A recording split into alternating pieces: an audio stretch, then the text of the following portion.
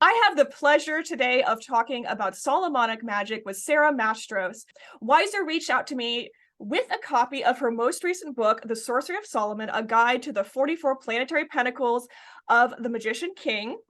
So, as a ceremonial magician myself, this is exactly the kind of book I'm interested in and the conversation I want to have. It's unfortunately rare to see women and femme folks talking about Solomonic magic or just ceremonial magic in general. So, this is a privilege and honor to make this happen today. So, welcome, Sara. Thank you so much for taking the time to talk with me today. Before we get deep into your book, could you give an introduction of yourself and talk a little bit more about your background? Oh yeah, absolutely. I really love to teach. Like I really feel a genuine calling to teach. I love it so much. Magically I've sort of like roamed around. I do what to me seems like a very coherent practice, but I understand from the outside it must seem like I do all kinds of different things. I'm particularly interested in sort of like the magic of Greek speaking late antiquity, right? So not just like ancient Greek magic, right? Although I do love ancient Greek stuff. Like, I did a book about the Orphic hymns called Orphic Hymns Grimoire, but I'm really into sort of that melting pot, right? And I'm especially into like Hellenistic Jewish stuff from that time period. The Pentacles, of course, are sort of growing out of that Hellenistic Jewish sorcery, but are much later, right? But I also love like I think sometimes, especially because our community is like so heavily connected, like driven by things like books and like podcasts, I think sometimes what gets overrepresented is like the bookish magic, right? Like in my own personal practice, a lot of it is just about like very hyper local spirits and like the plants that I interact with every day and like the river in that is almost in my backyard. But I appreciate that like people who don't live here don't want to hear an hour-long sermon on the wonders of the Monongahela River, right? So I think it's important for people to keep in mind, right? I've been thinking about this a lot. I just got back from Convocation, a convention I really loved. But I think it's really important for people to keep in mind that like when you're only learning magic from like books and authors, you are always only going to learn magic from like the sort of person who writes books, right? And I am definitely a sort of person who writes books, but they're like we're bookish and not everyone is. And so I just want to make sure everybody understands that like magic is not by nature a bookish pursuit. It just like the ways we learn about it, you tend to hear about those kinds. But like, the kind that's about like dirt and plants and talking to ghosts and stuff is, if I would argue, even more important. I know that doesn't answer your question. That's just been on my mind a lot this week. So I wanted to throw it out there. I am thrilled you started talking about this. And before we go deep into this book, I want to take a little selfish detour, and I hope our listeners and viewers enjoy this as well. So you mentioned the Monongahela River. Mm-hmm. I actually volunteered for the Forestry Service in Monongahela National Forest briefly, Awesome. and I just want to say how magical of a place it is. It is. From the flora to the fauna to the insects, you know, to broaden this out to everyone. Well, first of all, if you have a chance to go there, go, because I would love a chance to go back. But yeah, take a chance to get out in nature. This book is perhaps why we're meeting, but it's not the end all be all, hopefully, Right. of everyone listening. I think everyone after they listen to this should go buy this book because it's really cool. Oh, But thank you. if you also go into nature, then that would also be really cool. Yeah, 100%. In fact, so I'm just gonna plug something on topic real quick. March, oh golly, I have to look at my calendar. 7 or 8, whatever that Friday is. I'm teaching at the Botanica Obscura online conference, and I'm going to talk about sacred trees of the American Northeast woodlands. Because I really want to start talking more about that sort of thing. It's just hard, I have so many people who are listening to me from like Taiwan or Mhm. Lithuania.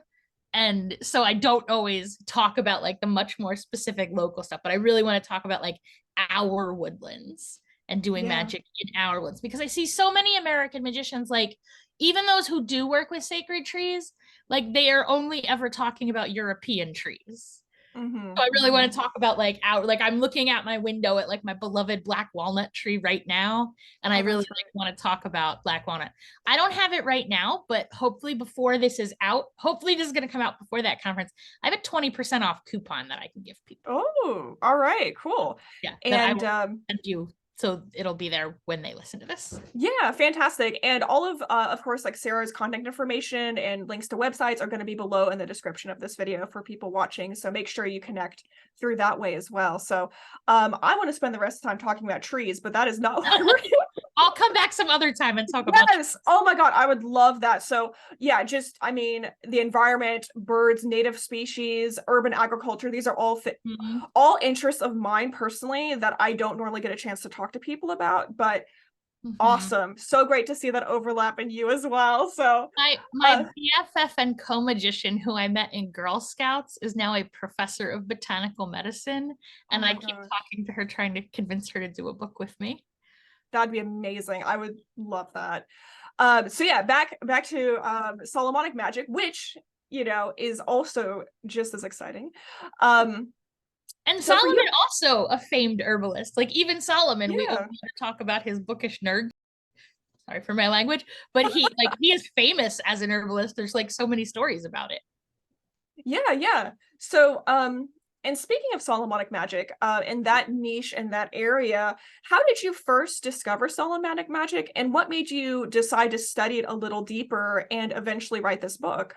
My first I mean, look, I think like most people, my first exposure to like the very edges of Solomonic magic is that like in our culture, if you just like imagine a wizard in a tower, like with a magic circle conjuring demons, like that's Solomonic magic, right? Like our cultural archetype of the wizard is kind of like in that zone. So I guess that's where I hit it first. But in terms of real magic, it was a book called Ritual Magic by Eliza Marion Butler, another woman in Solomonic magic, which was awesome. So that book she published under E.M. Butler, and I didn't know that was a woman for many, many years thereafter, right? And it was exciting to me to find that out, right? So when I was, I'm gonna say maybe 15ish, you know, I'd been in witchcraft for a while at that point, right? But like I could, this is in no way like a slam on Wicca. It is a slam on the particular Wiccans and Wiccan books I was encountering in the early to mid 90s, right? Like I was disappointed. Like you could like feel that under the surface there was some kind of real magic that like was not being taught to me. Like you could smell it, but it just wasn't there. You know what I mean? And like Ritual Magic is one of the very first like books on that I ever encountered. It was in the history section in my library, which is I guess why nobody had stolen it off the shelves and burned it, which is a thing that happened at my library to witchcraft books. So it's basically it's a history of the grimoires, right? Eliza Butler was a professor of German history at Oxford during World War II. She was like famously outspoken against the Nazis, but also she wrote this book on grimoire magic. I was interested in the history, but for me, what I really loved is it had just like giant excerpts from the grimoires. So I didn't start with any single grimoire.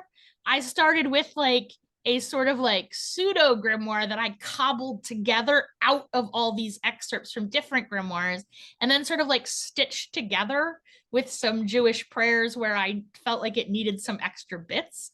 And that's how I got started in Solomonic magic. And in some ways, I'm really happy. I feel like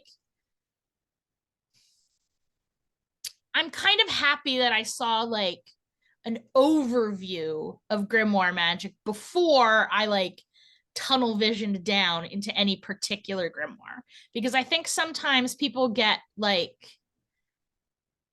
this is part of what I was saying about this idea that like magic is inherently a bookish pursuit, right? I think some people get really tunnel visioned on a particular grimoire. But you know, the word grimoire, it's related to our English word grammar, and it really means textbook.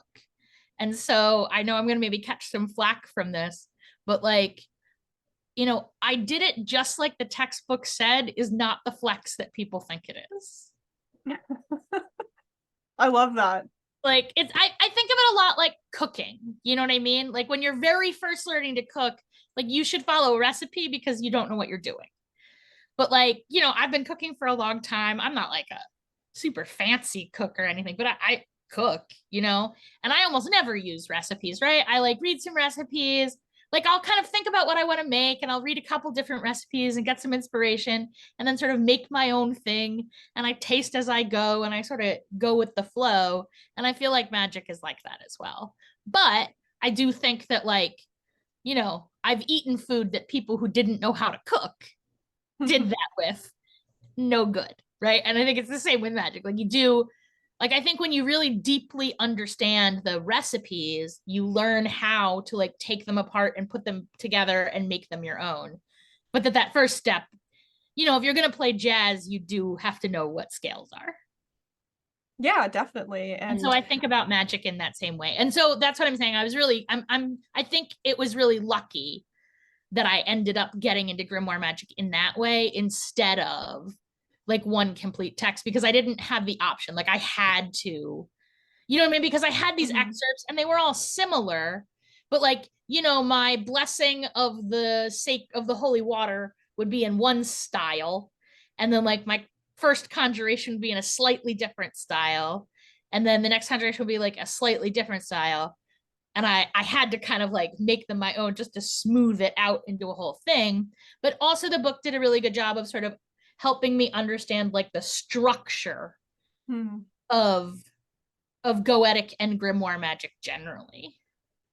Right. So I actually continue, unlike most books I read when I was young, which like, were good for 1988, that book I continue to strongly recommend. Oh, very cool. Well, yeah, for people listening, please go check that out. In addition to this book, especially supporting women authors, I think is always fantastic. I agree. Most people know of King Solomon from the Bible. Sure. Can you talk about how his legend as a magician took shape in Arabic magic in the grimoire tradition? Yeah. So, I mean, I think, yes, but I will also say that his reputation as a magician vastly precedes the rise of Islam or grimoire magic, right? So, like, even in the Book of Kings, he is like, things are attributed to him that we would routinely call a magician were they in some other context, right? So, for example, there's a passage. You'd think I'd be able to like cite the exact chapter and verse. I'll look it up and it'll be down in the description, right? Where it says that like he spoke with the plants and the animals and the trees. Now, sometimes Christian translations say that he spoke about plants and animals and trees, but in Hebrew, it quite clearly says that he spoke with them, right? And that's like a very magician sort of thing to do. Like when you read that, you're like, oh, that's some magician shit, right? Like it talks about how he like incubates dreams. Again, a practice that in any other context we would definitely understand as magic.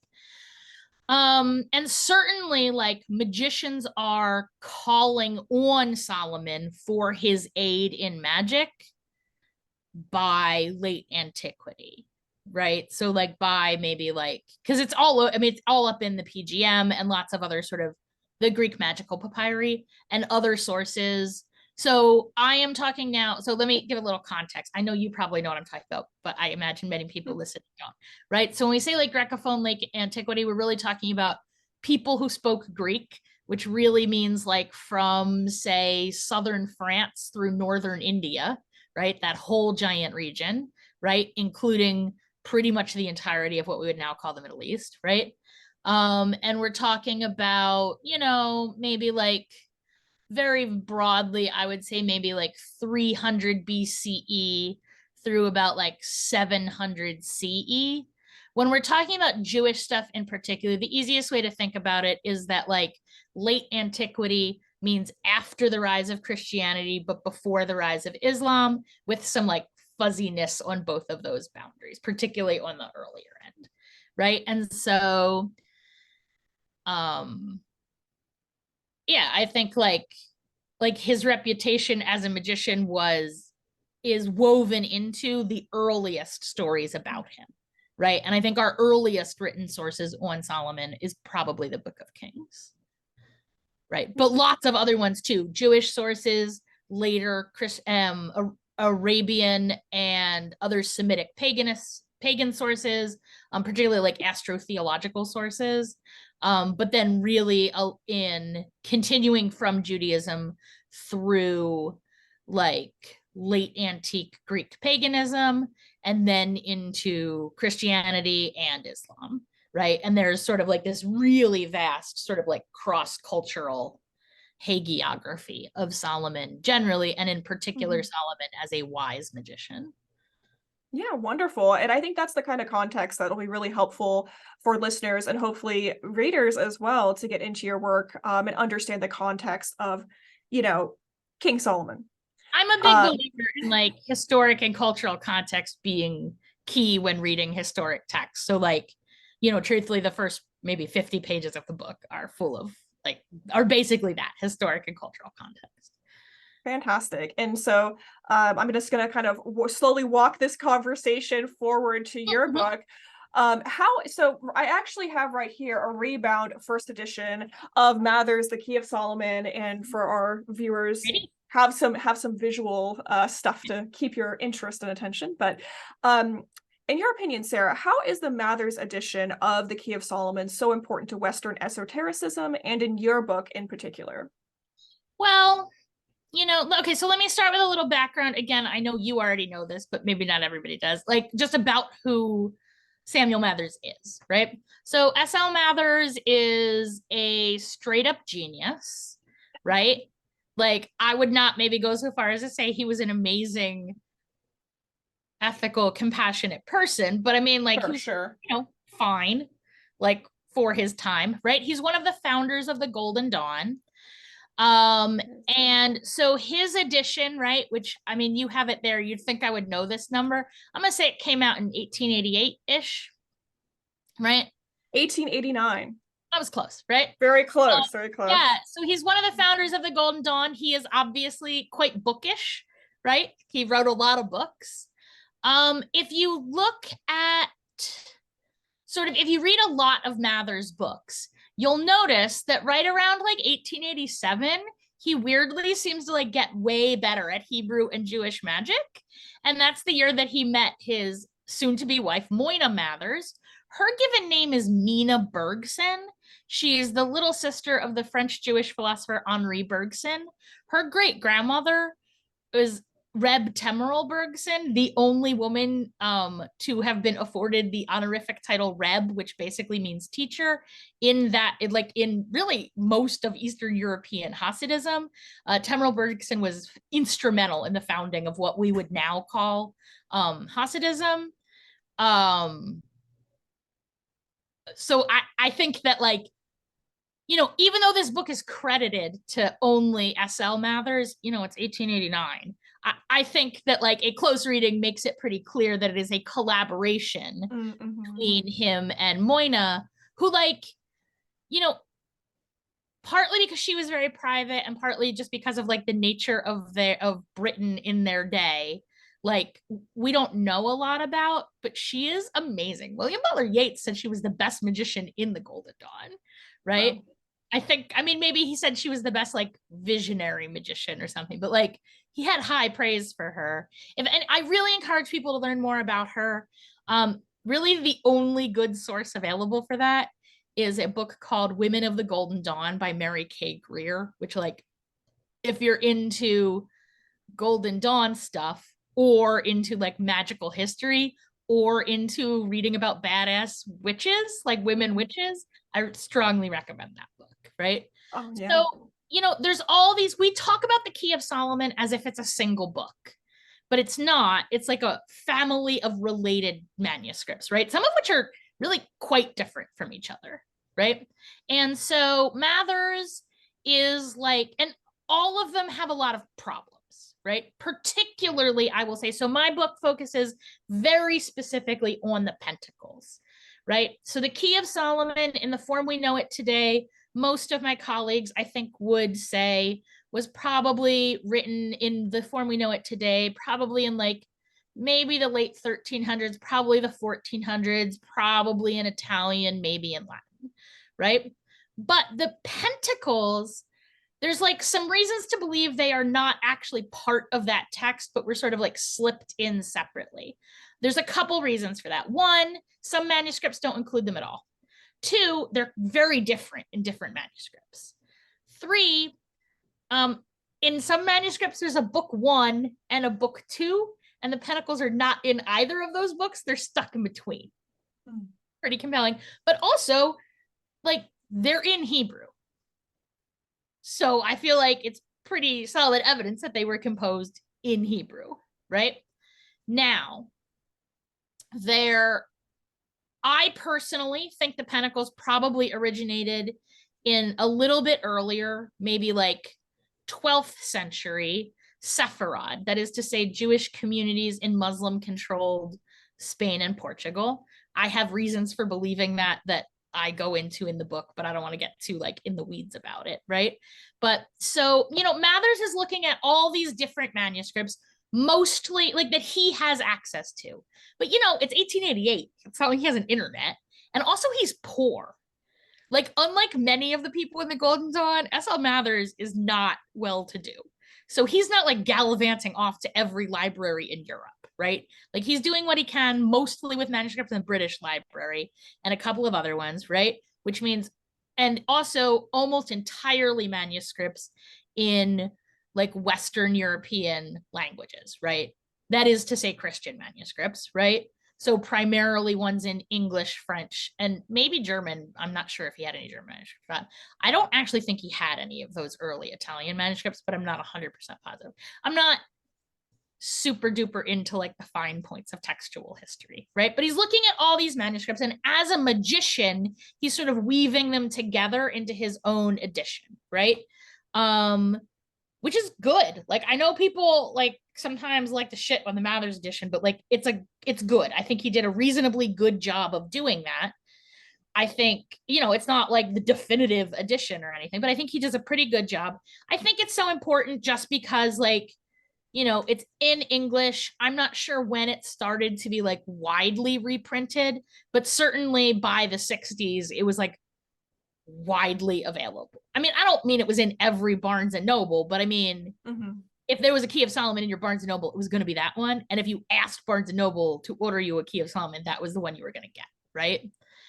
And so I think like for almost all of us in Solomonic Magic, like that's the edition we mostly came up on, right? Now, again, I weirdly actually came up on a lot of different manuscripts, mostly ones translated from the German. And, I took a lot of German in high school. So I actually also like read some German, but that's because it's because my first book was that Eliza Butler book. And she is a historian of like, she's a professor of German history, right? So she's really focusing a lot on those German manuscripts, right? But I think generally Mathers is just the one that people are most familiar with. And certainly that was the one once I started working for Ritual Magic, I don't recall, I think it maybe had like 1 or 2 pentacles in it, right? But once I got the Key of Solomon, I had all of these pentacles. And so, I'd been working with them for 20, 25 years before I even saw another manuscript, right? So like, those are the ones I have the most experience with. And those are the ones that I think most people are using, right? And so that's why the book focuses on them. I'll come back and talk about this more later at another point, but I've recently started working with a previously unpublished Hebrew manuscript of the Pentacles, which is so much cleaner and less corrupt. Like, if you look at the old manuscripts, like the ones Mathers is working from, you can tell that they are being copied by people with no Hebrew fluency at all. Like, some of them don't even know the Hebrew alphabet. Like, sometimes there's things that are just like squiggles and not even letters. And you have to like try and figure out what they're talking about, which Mathers did a pretty good job, or the Matherses did a pretty good job at doing. Like, there are a couple places where like where I think there's issues with their pentacles. Like, I do think there's like spelling mistakes and stuff on a couple of pentacles, but generally like they're great, they're solid. And also, they're powerful. So like, if you you know, with enough witch fire, you can make anything work. Right. But it does work. I think of it a lot as like a machine, and like some of the gears are rusty and stuck. Right. Like you can make it work. Like if you know what you're doing, or even if you just have a lot of natural power and you just shove enough magical power through there, like it'll turn eventually. Right. But they work better when they're nice and clean and you like understand how they work. So there's these pentacles in Hebrew. I grew up Jewish, but I didn't grow up like super religious, nor did I get a lot of like Hebrew training as a kid, right? So like, I mean, I could tell that these people didn't know the letters, but I could not read, I could not translate all of these words on them. The Mather's edition, okay, so most of the pentacles, they're circles and they have what's called a versicle, like a clip from Torah in the beginning. So this is something, let me find one that like, here, this is one that I consider to be like a pretty archetypal like, right? Like that I feel like is like a pretty, that to me is like quite standard. You know, they're all different, but that one I think is kind of on base, right? So they have a quote from Torah around the outside, and then they have a collection of sacred names and usually some kind of geometry on the inside. The names, as is common in, so one thing that I think a lot of people don't exactly understand, the pentacles fit very squarely inside a larger tradition of Hebrew amulets. Like they're very, very similar to other kinds of Hebrew amulets that you see all over the place in Jewish magic. And not just in Jewish magic, like if you walk into any Judaica store today and look around, there will be amulets. If you go to any Orthodox rabbi and you're Jewish and ask, he will write an amulet for you. Right? Like it's a quite normative Jewish practice. And the pentacles are, I'm not saying you will get those exact amulets, but there's just like a way that Hebrew amulets are, and they're very squarely inside it, which is my other reason for believing that the pentacles have a Jewish origin, right? Even though the key itself has like a Jewish-ish origin. You know what I mean? Like maybe it has a Jewish origin, but that origin was, you know, 1500 years before that text is being written, and it's gone through a lot of whatnot, right? So, you know, I was reading them and I could read little bits of them and I could recognize like some of the holy names, but Hebrew amulets, you know, the names are sometimes like in code in various ways and etc. And Mathers provides really no information on any of the names. Like he translates the versicle and occasionally some of the easy names, but he couldn't do anything I couldn't do with like my not even Hebrew Sunday school. And so I was always really hungry. Like to me, it seemed obvious that if your magic had words written all over it, it probably mattered what those words meant. Nobody could tell me what those words meant. I mean, even like I talked to a rabbi and he, like, honestly, the rabbi couldn't do like a much better than I was doing. Right. And I found that very frustrating. So I spent the next 30 years being upset that a book did not exist that explained it.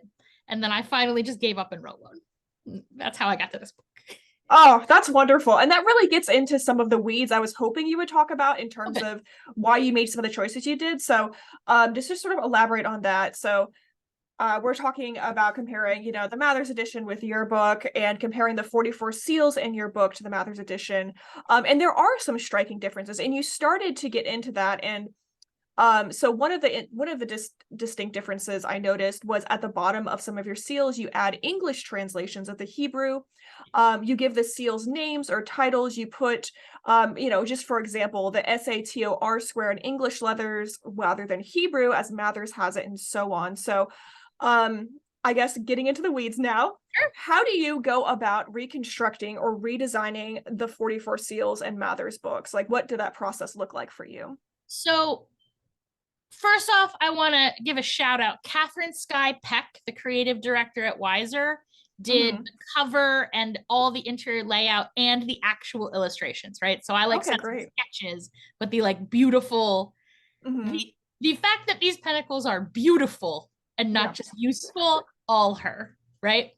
So one of the things, you know, and she and I worked. Here's an example just for everyone too. Yeah, like they're just pretty, and like, you know, the moon ones, I think she did a particularly like nice job of.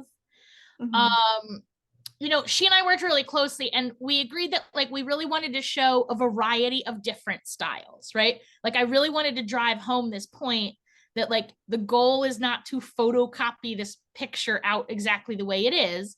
It's to understand why this picture is the way it is, right? Which you can do when you can read the words. They have words on them. And if you can read the words, it's pretty clear. In most cases, I mean, some of them it is not at all clear, right? But in most cases, once you can read the words, which is not that easy, like I said, some of them are in code, right? You can kind of understand why those words were chosen, right? And why they're arranged the way they are, and etc. Right? So we wanted to show a lot of different styles.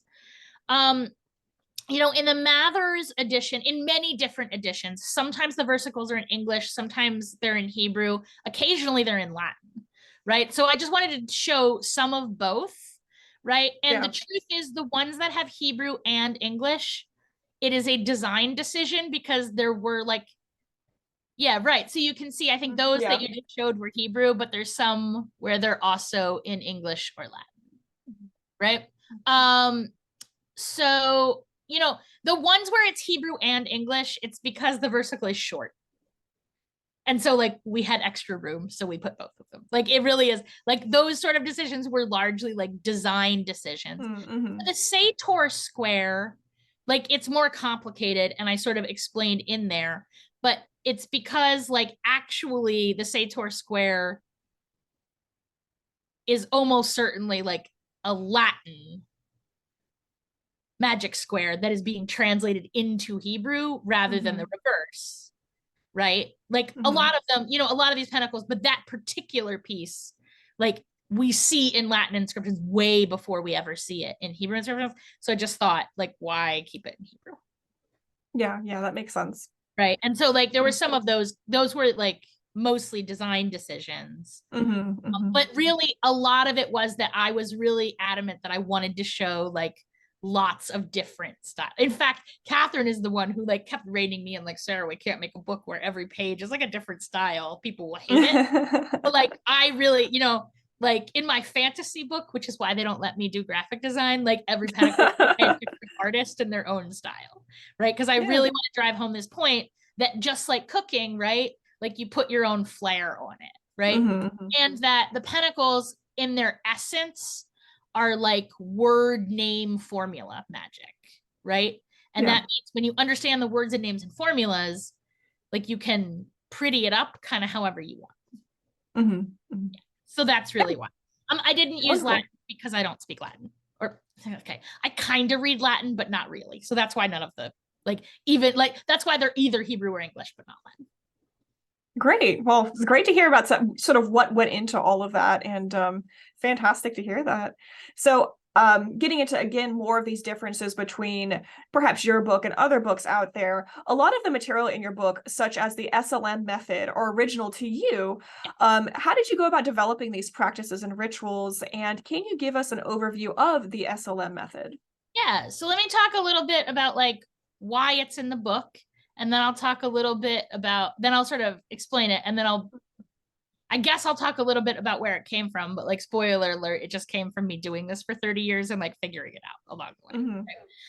Right? So, you know, like my original intent was sort of just to write this book that like translated out all the pentacles, but I realized that that was like a really hard specialist book that maybe like you had to already know a lot about Solomonic magic to read.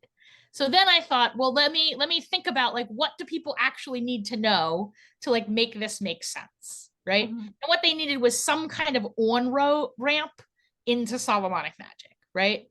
And so I am in no way so like the first really third of the book is that like it is designed to be an on ramp into Solomonic magic. I do think that theoretically, if this was the very first book on magic you ever read, you could do it. Now, you better be a nerd. Like you've maybe picked a hard first book, right? But the target demographic for this, okay, there's two target demographics for this book. The first one is like specialists in Solomonic magic, right? But the other one is people who maybe have experience in magic or witchcraft, like more generally, but not really much experience in Solomonic magic, right? So the first third of the book is really intended to like get from like just basic, like kind of witchy skills through into like what you need to do this like quite technical sort of pentacle analysis, right? And so I thought about it, and I am in no way, so I wanted to outline a complete method, right? Because I always find it frustrating when I'm reading a book and the instructions are basically like, you can do whatever you want. And I'm like, well, if I was just going to do whatever I want, I didn't need a book for that. Like, I want do this, do this, do this, do this, just like in a recipe. And then I will feel free to ignore those instructions however I like. But I did want there to be very explicit directions, right? And that's generally in my teaching broadly. I like to give quite explicit directions and encourage people to ignore them when they want. Right. So I sort of thought about how I do it. Right. But that's like mixed up with all other kinds of things. And I am not a beginner magician and I'm a weirdo. Right. So like I do a lot of teaching and particularly beginner witch teaching. So I just really thought about like, if, as I'm teaching my beginner students, like how am I going to teach just this piece? Right. And so I arranged it and I came up with the SLM method. So SLM is an acronym. It stands for a lot of things. First, it's my initials, Sara L Mastros. Next, it's also Samuel Little Mather's initials, right? It's also Shin Lamed Mem in Hebrew, like the root word of Solomon's name, right? In Hebrew, it's Shlomo, so it's a little easier to hear, but that word is very closely related to the word shalom in Hebrew, the word salam, right? So Solomon is famously a peacemaker. Unlike his father David, who was a warrior king, like David was really at war with all of Israel's neighbors throughout really most of his reign. But Solomon made peace, right? Like the essence of his rule is wisdom, and like in a political context, wisdom normally translates to diplomacy, right? So he makes peace with all of his neighbors, oftentimes by marrying their daughters. For example, he marries Pharaoh's daughter, right? And that ushers in this era of like just thriving, right? Not just in Israel, but in the whole region, right? So we're talking about like, okay, in the Book of Kings, it would suggest that that is happening around the like 10th century.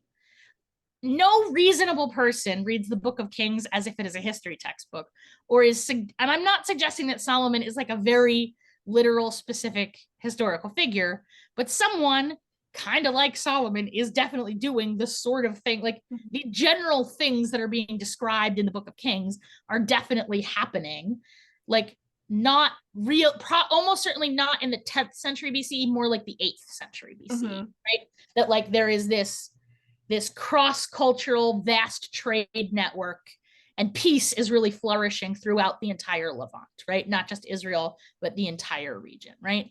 And that's the essence of Solomon's wisdom, right? There is no wisdom without peace. There is no justice without peace. Israel is best when we are at peace with our neighbors. And so I'm just going to say ceasefire now, write the actual now. Please feel free to bleep however much of that. Right? I feel really strongly about that issue. Like, that the foundation of wisdom is actual action in the real world, right? And not just like a thing we talk about in a magical tower, right? Like you have to put our witchy virtues into practice, right?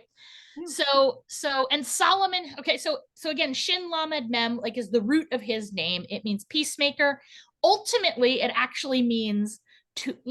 An interesting fact is that Hebrew root words are generally verbs, right? Unlike in English, where we sort of think of like essential words, like in their root as being nouns, as being things, and then you verb a noun, right? But in Hebrew, and interestingly, in many Native American languages, like in Hebrew and also other Semitic languages like Arabic, right? And also coincidentally, Native American languages, and maybe others, like I'm not a linguist, right?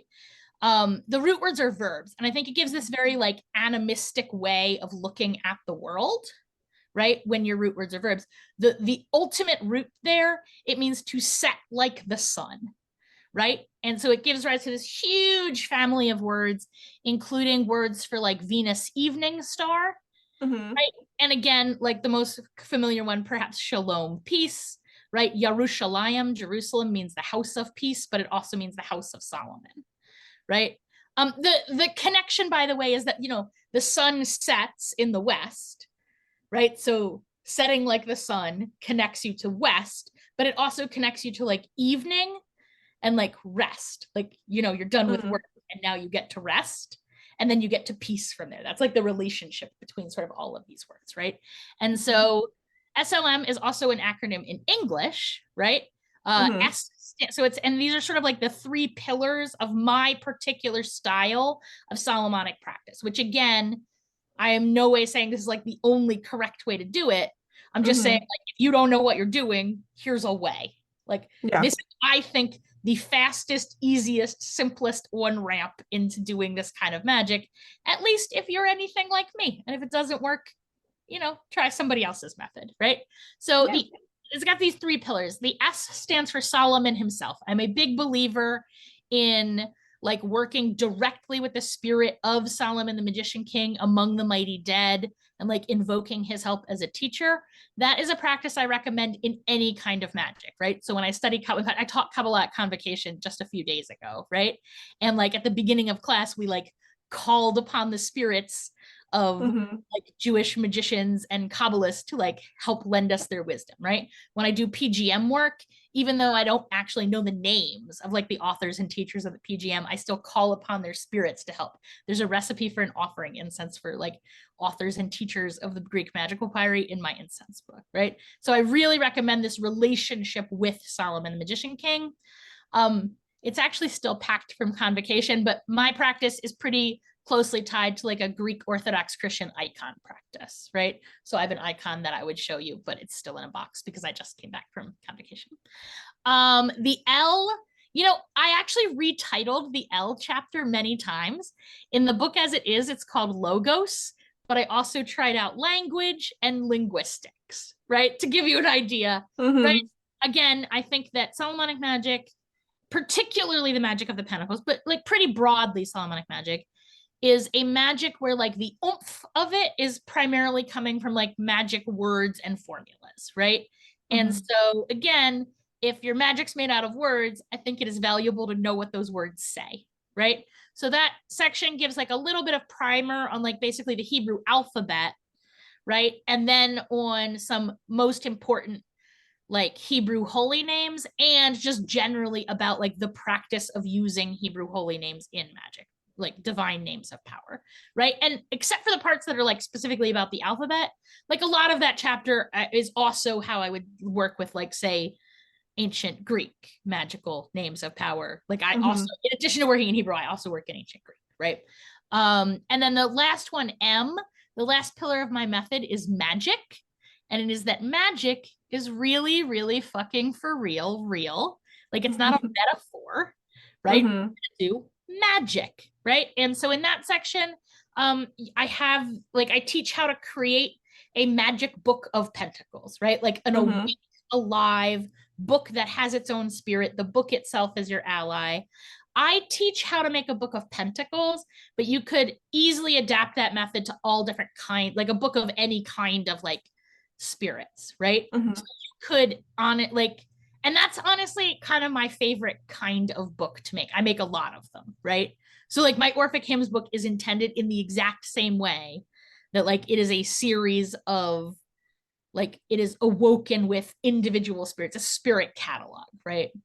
And in some sense, even the incense book it's like a catalog of plant spirits, but it's maybe a little hush hush. I'm not as obvious about it in that book. But also my own personal work, like I just make half the books on my shelves are just like me handwriting, just magic. You know what I mean? Oh, very cool. Yeah. Like I'm just into that. Also, I find that like the act of handwriting a book really like one helps me like internalize what I am writing, but also I don't know, books are cool. Like I always, since I was really little, I sort of had this fantasy about finding like a really, really magic book that would be like my magic book friend. And I love that. I love that so much. I did eventually find a couple, but mostly I had to make my own. Like every once in a while, I would like discover one in the wild. I found in the library of the university I went to, Caltech, I found a copy of A.O. Spare's Book of Desire, Oh my which gosh. now looking back was probably Jack Parsons' personal copy. That's amazing. So Right? Because it's I, in the yeah, library that's at JPL, where I worked as an intern, like at the Jet that's Propulsion amazing. Labs, or as we called it, Jack Parson Labs. Yeah, yeah. Oh, that's so cool. That's so I, cool. I Yeah, really I'm wish I'd stolen that book, but to the best of my knowledge, it's maybe still in the library 20 some years. Oh, Jesus, I'm so old, 28 years later. oh wow, that's fantastic. Yeah, But I I regret not stealing that book. As yeah, a yeah. For teenager. people listening, yeah, definitely don't steal books, I mean, I support. generally do not encourage people to steal books out of libraries, but I feel like that book would be happier with me than sitting on a Yeah, library shelf where it hadn't been checked out in 20 years and probably hasn't been checked out since I took it. It's like in a physics library. that's amazing. So I know we're talking about Solomonic magic, but I love Austin Osman Oh, Spare, me and it's too. amazing how a lot of these older texts just end up places and people don't know what they have. So Mhm. I'm sure you heard about how the Kinsey Institute was actually sitting on a large collection of his work that they had no idea what it was, and they contacted, an academic and scholar in Western esotericism, and they're like, "Hey, we think this might be something," and they're like, "Whoa, that's a giant collection of Spare's work." And a book came out with that and all of that, and they did a show in Ah, Chicago. Did you hear about that? I did, yeah. Yeah, yeah. I was very blessed to be able to go there for the open house and Oh, experience that, and being in person with his art and experiencing that sort of relationship with the pages and the drawings was incredible. And what you were saying about having a magical book friend definitely resonated with me, and I imagine it's going to resonate with a lot of people listening and watching this, because I don't know, maybe it's just a magician thing that you sort of expect to develop those relationships with your books or your, magical instruments, or in this case, Austin Osman Spare's art is incredible. And for anyone who has the opportunity to experience, for example, first editions owned by a famous magician, or mhm. artwork, or any of this, amazing history, make sure you take advantage of that and experience that, because it's, yeah. I totally agree. And I also genuinely really encourage people to copy out Grimoire's longhand. Mm, And yeah, like you that's can great. copy it first and then I think of that as like your working copy, right? And then as you make notes and everything, like once you've sort of mastered it, you write a new copy with like all of your own discoveries in it. Yeah, definitely. And then you I'm a keep doing huge that for believer. like 15 years and then you publish it. If I love you have that. hard I time. love that. You have hard time. Yeah, I definitely talk all the time about the importance of not only journaling, but what you're talking about, the relationship of actually writing something out, because, there is a process there of internalizing the work, which you may or may not consider that a magical act, but I certainly do. It sort of Yeah, inscribes it on absolutely. your And I mean, like, soul. you don't have to. Like, if Yeah, handwriting doesn't work for you, especially, I do appreciate that for younger people, like, their relationship to typing and handwriting is different than mine. sure, Like, sure. like for me, handwriting is in fact a more intimate way of writing. Though I will Hmm. say, now that I write books professionally, I only handwrite, like, Hmm. as this magical act, really. Hmm. Also, my handwriting is like not that great. Um, but yeah, and especially if you're a visual artist, I really encourage you to like make magic books and like heavily illustrate them. So that's, yeah, so that's the M in SLM, right? Solomon Logos Magic Book is like my Wonderful. one ramp into Solomonic magic. And that is really for any kind of Solomonic magic, but I'm talking about it specifically in the context of Pentacles. And then the next 2/3 of the book are what is, I don't know, let's say six, I don't know, you can count, right? How many pages are the Pentacles in that Key of Solomon? A dozen pages, maybe? Because I Yeah. wrote like 200 pages about them. Every single name, I translate it, but I don't Mhm. just translate it, right? I give like detailed, like, here's where it appears in other texts. Here's like a bunch of different commentaries Mhm. on this name, etc. And then I talk a little bit about like how they fit together on the pentacle. And that is how I took 12 pages of the Key of Solomon and turned it into a 280-page book. I love that. I always So, think that what I want to make is grimoire cliff notes, but then it turns mhm, out my cliff notes are like much, much, much longer than the actual yeah. but maybe a little easier to read. So you do pack a lot of material into this book, that you also offer courses to Yeah. continue to unpack that information. So how can listeners and viewers today find out more about that? So the best way to find anything, including all my courses, including there's like a companion course specifically that like matches up, for which this is the textbook, is what I will say, right? Is www.witchlessons.com, witchlessons.com. That'll take you to the page of my website that's about courses, but it's just the easiest URL to remember. And from there, you can get like links to everything else, links to my socials and my books and my blog, which I never update, my YouTube channel, which I do update, and all that stuff. Okay, fantastic. And all of that information, of course, is going to be below for people to easily click on it if you would like that. And is there any other bits of information or upcoming projects you would like our audience to know about? Yeah, I just want to talk a little bit about like upcoming live appearances, because I think, I love books, but I love working magic like in a room where I'm sharing breath with people even more. So like I said, online, I'm doing the Botanica Obscura conference about trees. And if you're into plant magic, there's like, check it out. There's so many other great teachers teaching super exciting things about plant magic. At the end of March, the last weekend in March, I'll be in Baltimore at the Sacred Space Convention, where I am going to teach Ereshkigal in the Greek magical Pyrite. Ereshkigal is a Babylonian queen of hell. And I am also teaching a class, the first lunar pentacle in this book. We're going to do like a make and take workshop. So I'm going to teach all about that one. You actually can't do the entire ritual at the conference because the astrology is a little ish, that particular time slot I'm in, but we'll do all of it.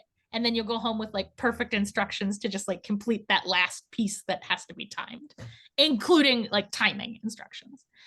May Day weekend, I'll be in Madison, Ohio at Tradera for the Wellspring Conference.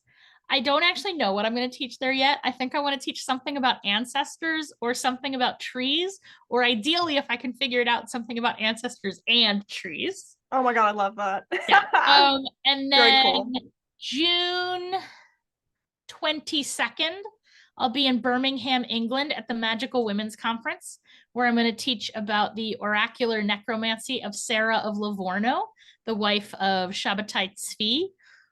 They are so awesome and nobody knows who they are. And I strongly encourage you to go learn who they are. If not from me, then from somebody else. And then I think I have a couple events in London in late June.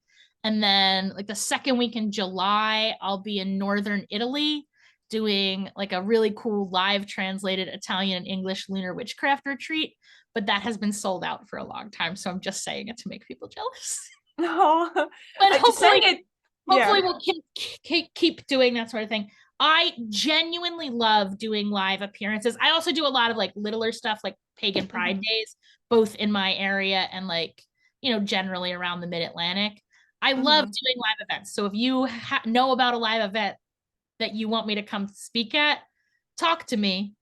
I mean, I can't promise I'm going to do it because I also have a life and I have to travel. But I'll tell you, if the conference pays my travel costs, I will almost certainly say yes, as I love to teach live. Oh, that's fantastic to know. And thank you so much again for joining me today to discuss this. It has been such a pleasure to have you on my channel, and thank you. I really enjoyed it. Thank you so much. Have me back some other time. We'll talk about trees. Yes, I would love that. And thank you so much to all of our viewers and listeners today. You are amazing. I appreciate your support on this channel.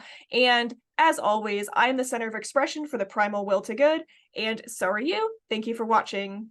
Bye. Bye, everybody.